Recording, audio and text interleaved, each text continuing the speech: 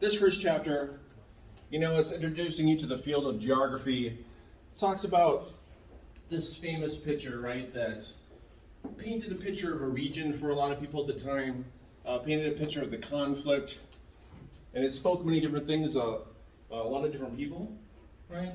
When you're reading a story, looking at an image, you're bringing kind of your own previous knowledge into it, and some of that knowledge could be wrong, right? Could be right. Could have all kinds of misperceptions. So this chapter talks about how places are created, right? Places and perceptions of places. So for example, when you're thinking about a region of the world, very often you haven't been there, right?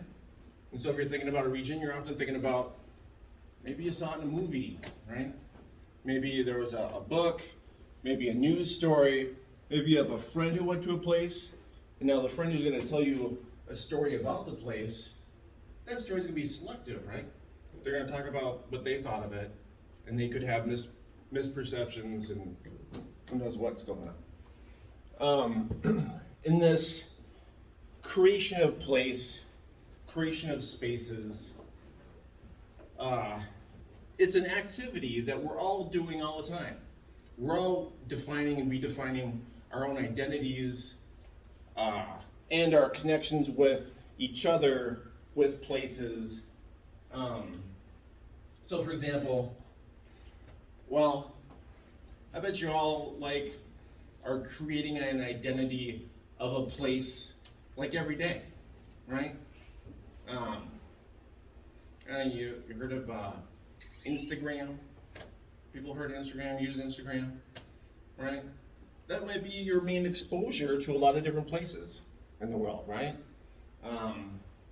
When I travel, a lot of people and their thoughts about America comes from movies, right? Comes from TV shows. And those are all pretty specific views of the world. People will talk about the show Friends, for example, right? And it's New York, but it's a very specific New York because they have a giant place, right? It's who could afford to have a giant place in New York, among other things, right? It's they should spend half their time trying to find a parking space, right? Rather than just hanging out in their giant apartment. All right. Now, when I say that we're creating places and spaces, obviously there are places that have natural ways that they've come about in creations. But a lot of places around the world, even places that we take for granted as being a kind of natural setting, the first thing a new big development will do is they'll come in and they'll regrade. They'll bulldoze everything, make the land all flat, they'll drain any groundwater. They do a complete changeover of what it was naturally. And much more of the world has gone through this change of humans changing it than we really kind of realize, right? One of the obvious examples that the book points out is, this type of farming it's green, so maybe you would think this was a natural phenomena if you hadn't been exposed to this type of farming before. But this is intense human labor over thousands of years that creates this kind of thing. In this example, talked about how, if you remember in the last class, I talked about how you can have a rain shadow, right? You could have a wind system that comes up in the mountains, you get a lot of rain at the tops of the mountains, and then you could have a lot less rain on one side. Well, this type of farming can take all this rainwater, and you could actually irrigate and get some crops on one side of the mountain, as opposed to, on both sides of the mountain, as opposed to just one. So that's just a literal example. But these are the ways human geography and physical geography come together. Because obviously, this was a mountain before, right? It's still basically a mountain. But these things have come together.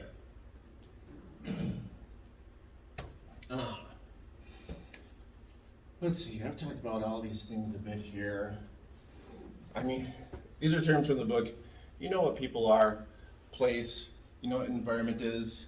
Space is talked about quite a bit in geography, but it's a pretty broad term. Usually talks about connectivity between places, between people.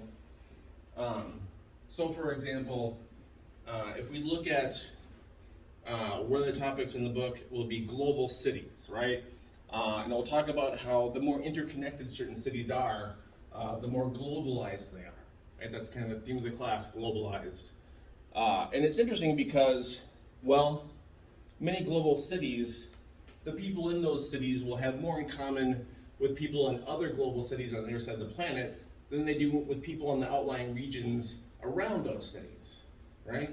And so when we talk about space now connected, people in global cities are in many ways more interconnected to each other than people in their own surroundings, right? So space is kind of a relative thing, if that makes sense.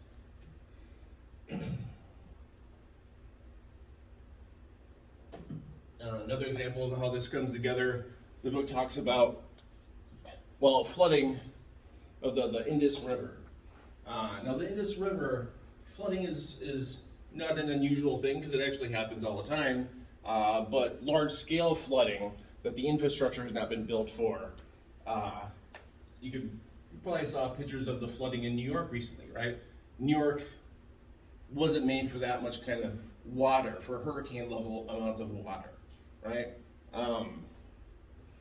When we talk about human geography and physical geography coming together, obviously rain is like a natural thing in our physical geography, but global temperature rise, creating larger rain events, and actually having larger rain events go further north than normal, to stick with the New York example, those are things that are coming about more recently, right? Those are some changes that are happening where human geography and physical geography come together.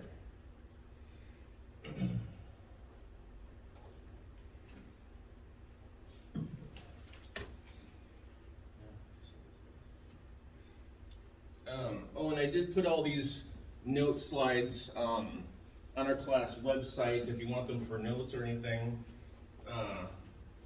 They're kind of like basic summary of some different topics here and there. Another topic in this chapter talked about remittances, right? Remittances. That is when you have someone who goes to a different country to work, right? And they send money back to their home country. And very often this can actually, a lot of people can help sustain their families. Sometimes as a seasonal, for example, I know people who, well, they're at home during a farming season. This is in Indonesia, similar to this. And then when it's not the farming season, they'll work as sailors and that type of work seasonally.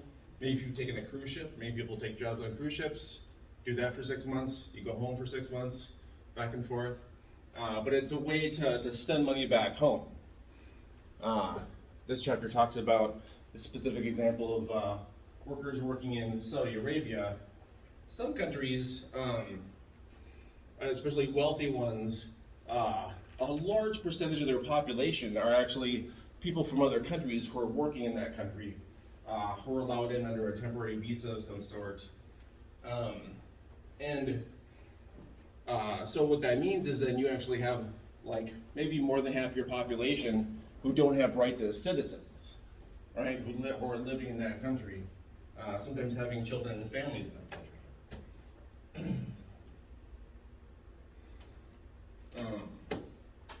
So sticking on the topic of geography, well, thinking geographically, we're looking at difference, right? The only real way we can talk about places is think about how are they different from one another. And that is part of this class, this book being regional geography. When we're looking at regions, if you gotta try to define regions, you gotta pick out parts that are different from each other, but also similarities, right?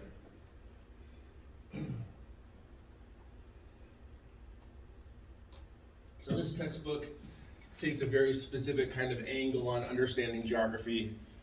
They use threshold concepts. Threshold concepts, there are 25 concepts that if you understand them, usually students who understand these 25 concepts are able to kind of answer any question about geography with some amount of relative correctness.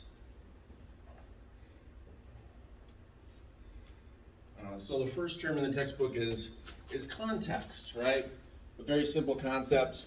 Physical and human geographies that give meaning to the place, environment, and space in which events occur and people act. Now, when it says people act, again, that is because we are all creating our identities. We are creating the spaces we live in. As much as we feel like they're created for us, we're all active participants, not only in what those spaces actually look like, by moving things around and changing places, but also how we interact with others about those places, convey information about those places, right? The textbook also, they have a bunch of different links to short videos, but honestly, all the videos are 30-second clip of a person reading these definitions. So you can check them out if you want. I didn't find them particularly useful myself, just FYI. So an example of context in the textbook is looking at HIV/AIDS, right? Which is something that's been studied quite a bit, right? Quite a bit, lots of study of it. Well, the textbook looks at how geographers looked at HIV/AIDS and its diffusion. A lot of geography is about diffusion and how things spread around, right? And obviously not just disease, but people spread around, right? Ideas move around, right? All kinds of things have flows around the world. The geographers in this example were looking at sub-Saharan Africa, and they found that there were some things that came together that made for HIV/AIDS being super contagious, that being areas where there's less male circumcision, but also high rates of malaria, right? If you have these things, it becomes what is called super contagious. And so geographers looked at specific areas of the world where all these things came together, right? To see, although we say correlation does not equal causation, these things were all highly correlated.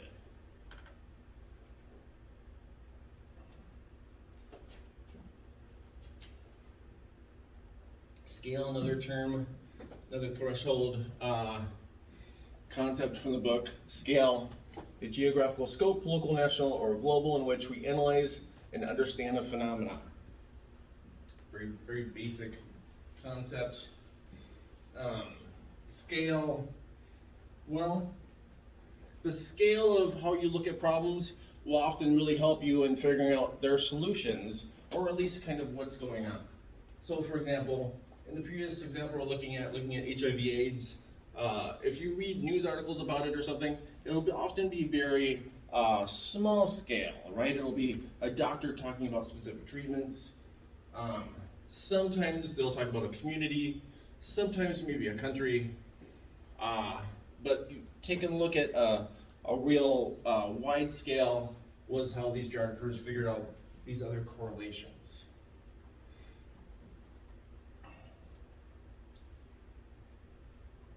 So when we talk about regions, another of our threshold concepts. Area of the Earth with a degree of similarity that differentiates it from surrounding areas. So what does that mean? Well, I made this map because I was curious about what if I melted the ice caps of the world and where the level of water would be, right? And so if we wanted to say, well, what regions would be gone, it's pretty easy to just look on the map and see what areas would be flooded out, right? Now, historically in the field of geography, there was an assumption that regions were natural and static, right? That there was not much change through time. But as the field has progressed, the elements of human change, especially as we go through time, change happens more recently and more rapidly as we move forward through time. And so without geographers being able to realize that, connect it, they weren't really able to kind of analyze the world.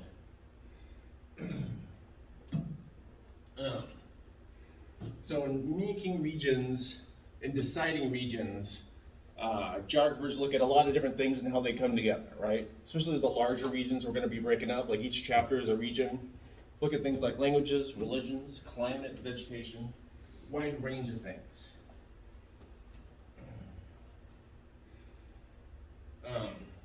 Obviously, differences between regions, right? But not just what unifies them, but what makes them separate.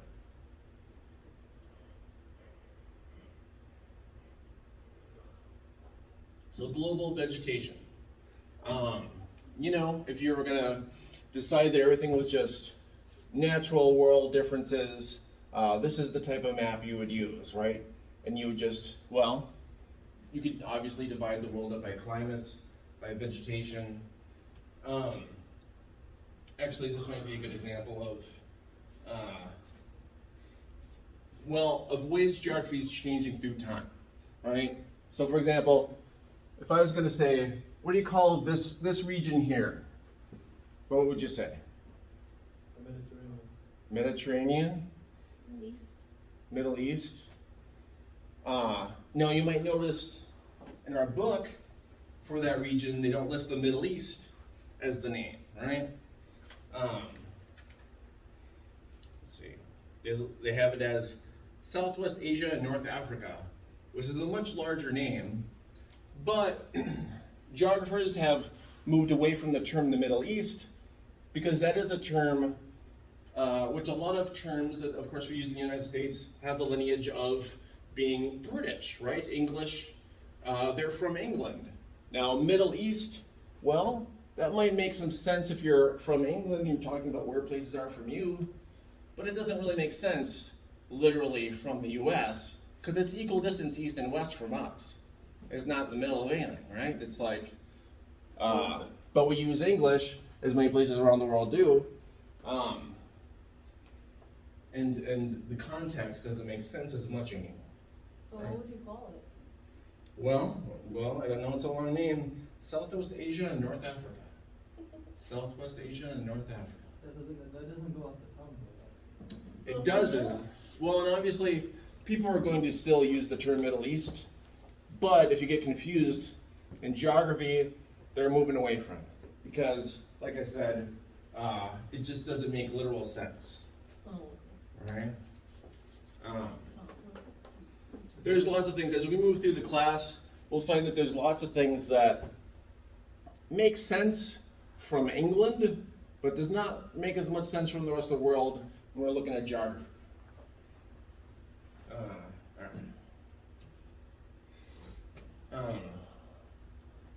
Like I said, there are places around the world that have similarities, right?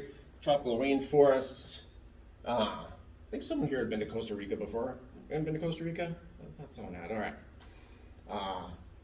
Beautiful place if you're looking for some rainforests. Right, very different climate region. Right, different areas of the world, obviously, very different climates as you go. Actually, let me go back a sec. I feel like the textbook was a little unclear. The textbook talks about why soil is red in the tropics, but it was a bit vague about it. Does anyone remember why? Why does the soil tend to be red in the tropics? Or want to hazard a guess? Yeah. Does it have to do with iron in the soil? Yeah. The text talks about there's iron in the soil, but it doesn't make the connection for you that, well, you know, iron with a lot of rain, a lot of moisture, rust color, right? And so if you go to the tropics, if you dig, it'll be more and more red as you get further into the ground. Actually, it's redder on here than it is on here for whatever reason. Deserts, arid soils. This picture is again from the textbook, basically showing you the soil profile. There are some geographers who all they look at is soils. Not a ton of that in this book. But as you can see, this is the example. This is actually, I think it was from, Colorado. You can see that the actual soil part of the ground is a pretty thin layer on top, right? Not a lot of good agriculture, sustainable agriculture is able be done on these types of soils.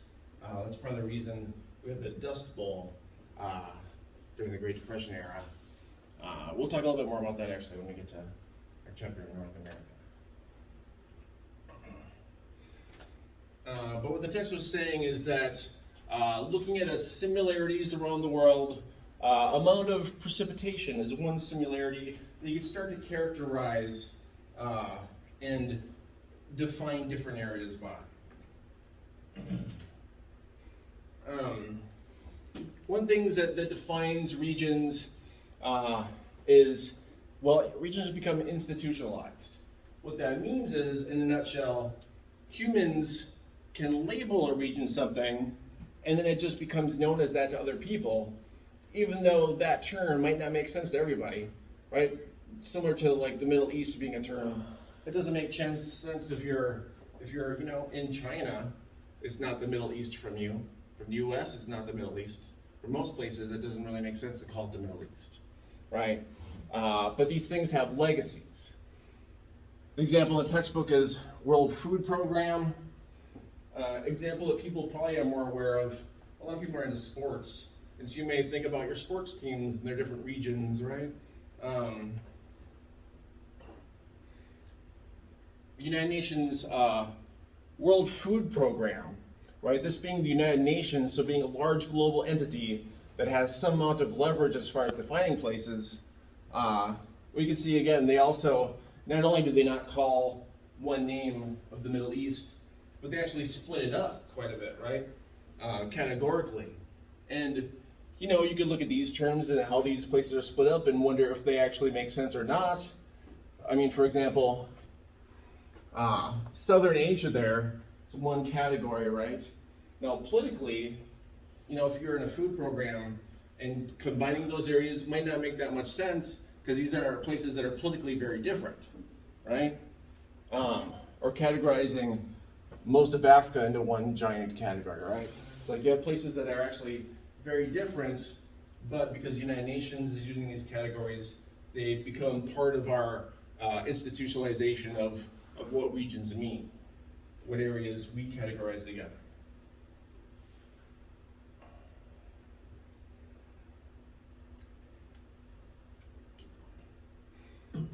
So this is another map from the book when it looks at, I've been teaching a version of world geography class for like 20 years, right? And many textbooks actually split the regions up in different ways. You can see in North America these are the dividing lines that different textbooks have used in dividing up the regions of the world. You can see some areas there's a large amount of agreement of, but plenty of areas there's disagreement. And so there's one textbook that seemed to split off Mexico from the US as far as the definition of North America. Most geographers don't do that because North America as a continent, like they're very connected, large land masses that are connected together, even though they're different countries, it makes more sense to put them together than to separate them out. Especially if you're going to talk about kind of the interaction between places. You can see here in the Sudan, there's been quite a few changes in the dividing line of where geographers would split it up. Do people know why that is? Yeah. The Sudan Revolution and the new country South Sudan. Yeah, there's been a number of different political conflicts through time. And so a number of different geographers, when they're writing their book, you've got to write what's going on currently, right? And if that changes, well, your maps need to change. Let's see if there's anything else worth pointing out. There's the map with the blue line that actually separates out Mexico from the US. It looks like it might be an older one because it looks like it also includes the former Soviet Union in one big large block. But they've been split off quite a bit now. In fact, you can see a lot of the dividing lines changing in Eastern Europe too through time. So what I'm saying is there isn't full agreement to these definitions even. They're more fluid than you would think. And then when we talk about scale, well, your data and information change through time. So let's say if you're mapping Spanish-speaking region, right, of the world or of just North America, your maps would look quite different and your data would look different than one another. Percent of population with Spanish as a first language, you see there, well, what connects these places? Language, but why? Colonization, right? For a while, Spain had a gigantic empire, just like we're the lineage of speaking English here. Well, we were also obviously a colony, right? A lot of places that were colonies. Sometimes when decolonization happened, sometimes they got rid of the languages, but very often the languages have been around so long, they just kind of become naturalized in that.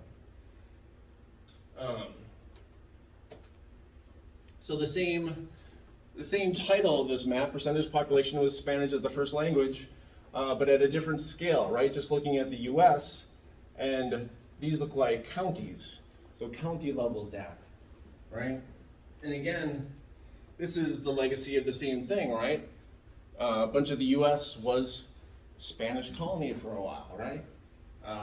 Parts of the US, not really, doesn't show on this map because it's not looking at French, but like parts of Canada, parts of the US, specifically Louisiana, especially. I have a question.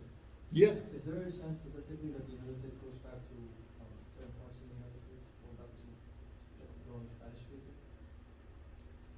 Can you say it again? I didn't hear the beginning. Is there a chance, statistically speaking, that certain parts of the United States go back to speaking Spanish fully? You know, you never know. There was a time that those areas, the official language was Spanish. Yeah. There's been talk about having dual language for quite a while. You know, parts of, I don't think it's all of Canada, but parts of Canada, everything needs to be in two languages, right? English and French. I don't know if we'll get that kind of situation, but we have an infinite amount of time in the future, so who knows, right? It's not going to happen the next 10, 20, 30, 40, 50 years, but like 100 years, 1,000 years, who knows? Who knows? Yeah. Do you know on the last map why Sweden was in Spanish speaking with 1 to 10%? I was in the textbook of the 1 to 10, just randomly. Oh yeah, no, it's okay. Yeah, there. Actually, wait a minute. Well, the colors are not as good on this map as in the textbook, but you're right. You can't see it as well on this map. It's again, well, there have been large flows of people through time, and there's a good amount of people from Spain who are living there and working and speaking their own language. Yeah, it's interesting because I did a study abroad in college in Spain. I think I've already talked about how great study abroads are if you get a chance. But Spain itself, people, you know, will think of it as this one entity.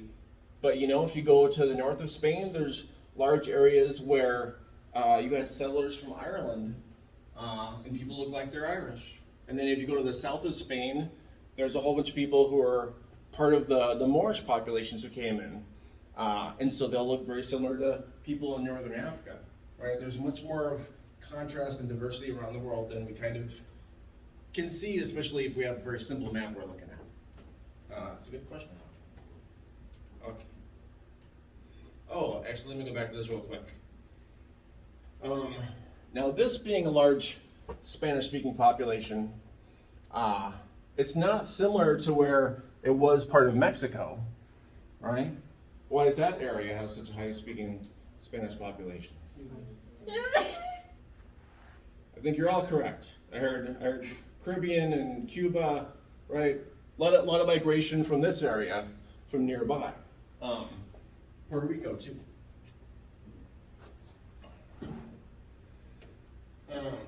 So we're still talking about regions, different types of regions. We're doing well on time. We're doing okay. Formal regions.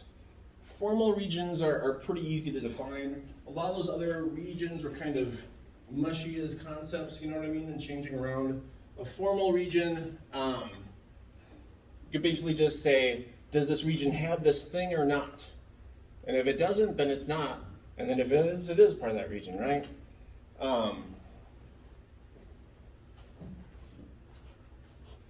And that could be anything. This is a climate map as an example of, well, over a 30-year period of time, how much precipitation are there in places, right? You just have a dividing line that you could measure, and you could define, is this place fit into this category or not?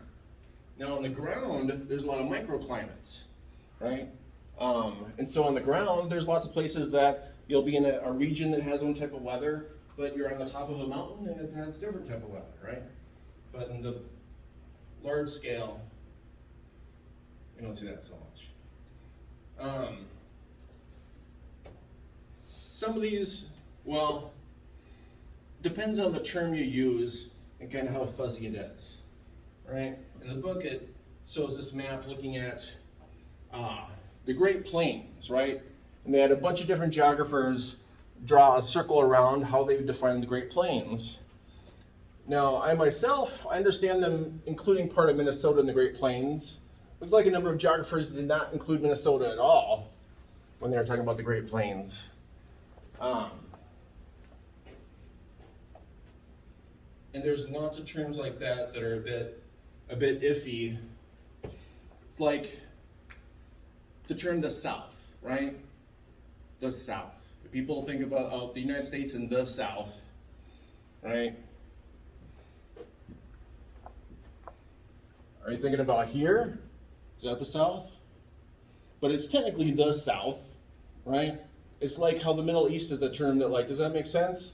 Like the term the South, we know what it means, or do we? I'll tell you what, I'm gonna put my hand here and I'm gonna move this way. And I want you to put your hand up when you think I'm in the South, right? Here. The South, Mexico, Texas. We've got a bunch of hands in Texas. Getting more people to Louisiana, Mississippi, Alabama. No holdouts. Georgia, the ocean, no. Yeah. Well, okay, another question for you. Another area of the U.S. people would refer to the West, right? The West. All right, I'm going to do the same thing. The West, the West, the West, the West. Some more. The West. Arizona really gets people. See, when I think of the West, I think of Westerns, so I think of cowboy hats. So for me, as soon as we get into Texas, instead of, a lot of people are like thinking of it as the South. I think of it more as the West, but really it's a combo, right? And again, as you all saw, like there's opinions vary among geographers as well, right? Sometimes people do a straight line. What states were the Confederate States? That's the South. Others take more kind of recent political changes into context. Some geographers have argued that geographers shouldn't use that term anymore because it is technically inaccurate, right? Because like the South, it's like, no. All right.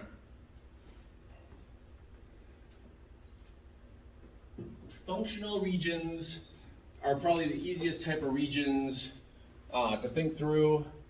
There's a lot of examples, but like NAFTA, the Free Trade NAFTA Association, right? North American Free Trade Association.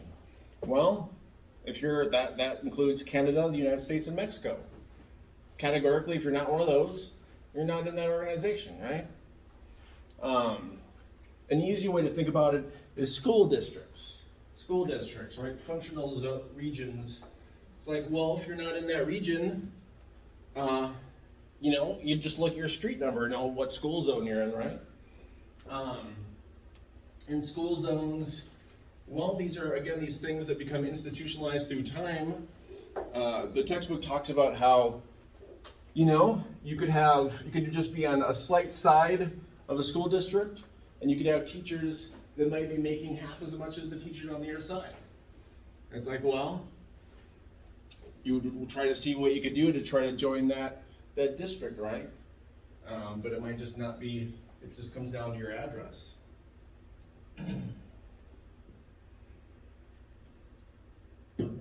Some smaller scale examples.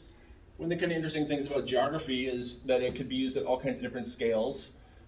So functional regions, right? Regions with overlapping security camera footage, right? This is useful to, the book talks about a specific bombing attack, right? But that could be useful for all kinds of crimes and different things, right? And actually this small level scale of analysis is kind of becoming increasingly popular in geography. As people are kind of looking at city streets.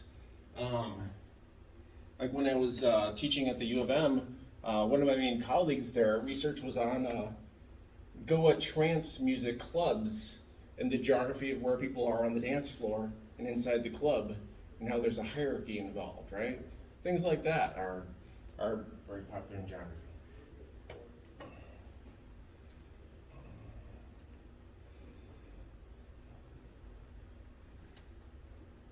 Now this is another one that's pretty interesting. Perceptual regions, which are one of the most kind of fluid types of regions that there are, because they're based on kind of what we think, right? So the example that we're looking at, the Midwest. People think Minnesota is in the Midwest. So, I think it is. If you're in Ohio, you might not think that this is. You might call this the North, or the Great Plains maybe. But the South, New England, right? These are different perceptual regions that come about through the people there create their identities, but also we create their identities and how we perceive them. The book talks a bit about, the South as an identity. And it actually talks about one of the ways that, let's say, incorrect identities are created very often through the tourism industry. The book is going to talk a fair amount about tourism because, tourism is a lot of money trying to make people think of places as a specific way to try to get your tourist money, right? And then when you're on the ground, that place, it may not be quite what you thought it was going to be, including changing histories of places, right? People want to sell their places to make some money, so you'll twist the history about it. Another concept, toponym. Toponym. This is, part of the way we create identity in places is by picking the names, right? Names aren't just created magically in places. We create those names. And very often, a lot of cities create names to make them sound nice. So for example, Winter Park, Colorado is one of the places talked about in the book, right?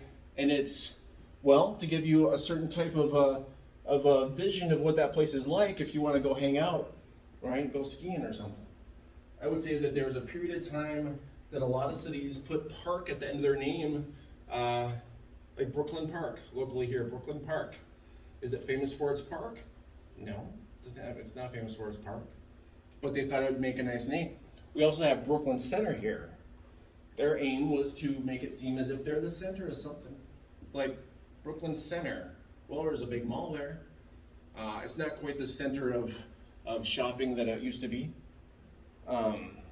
There was a big period of time that a lot of cities, when America was mostly small towns, a lot of cities wanted to be on the map, and so they put the word city in their name.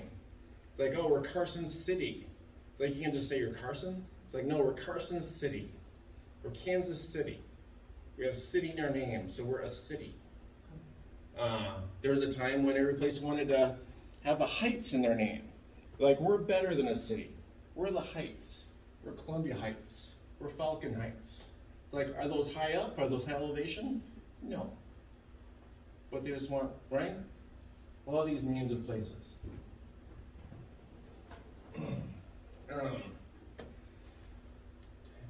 Actually, gonna switch gears, because I do want people to work on some things and hand them in. I gotta give you enough time.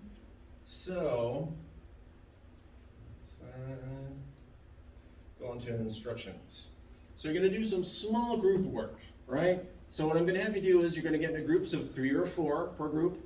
No groups larger than that. And you can, roll your desks around and stuff. And critical thinking questions at the end of each chapter. I just want you to do 3, 5, and 6. 3, 5, and 6, one piece of paper with all your names on them. When you get in your groups, introduce yourself and find out who has the best handwriting so that I could read it the best. And I will be up here and I will grade them immediately, and when you get done with it, you can head out. Okay? But make sure I grade it here.